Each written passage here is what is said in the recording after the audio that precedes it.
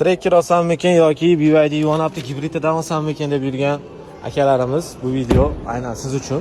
Videoni oxirigacha ko'rib, like bosib, obuna bo'lib qo'ying.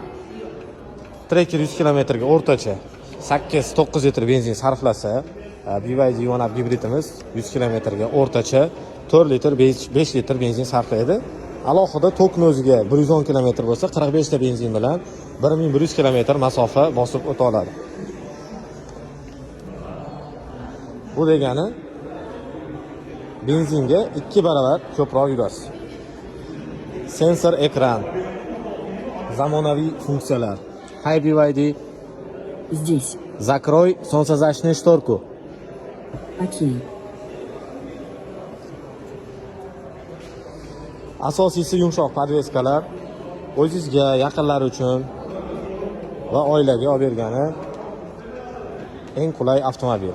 Fikringizni kommentariyada kutib qolaman. Trekker yaxshimi yoki gibrid yonab olgan bo'larmidingiz?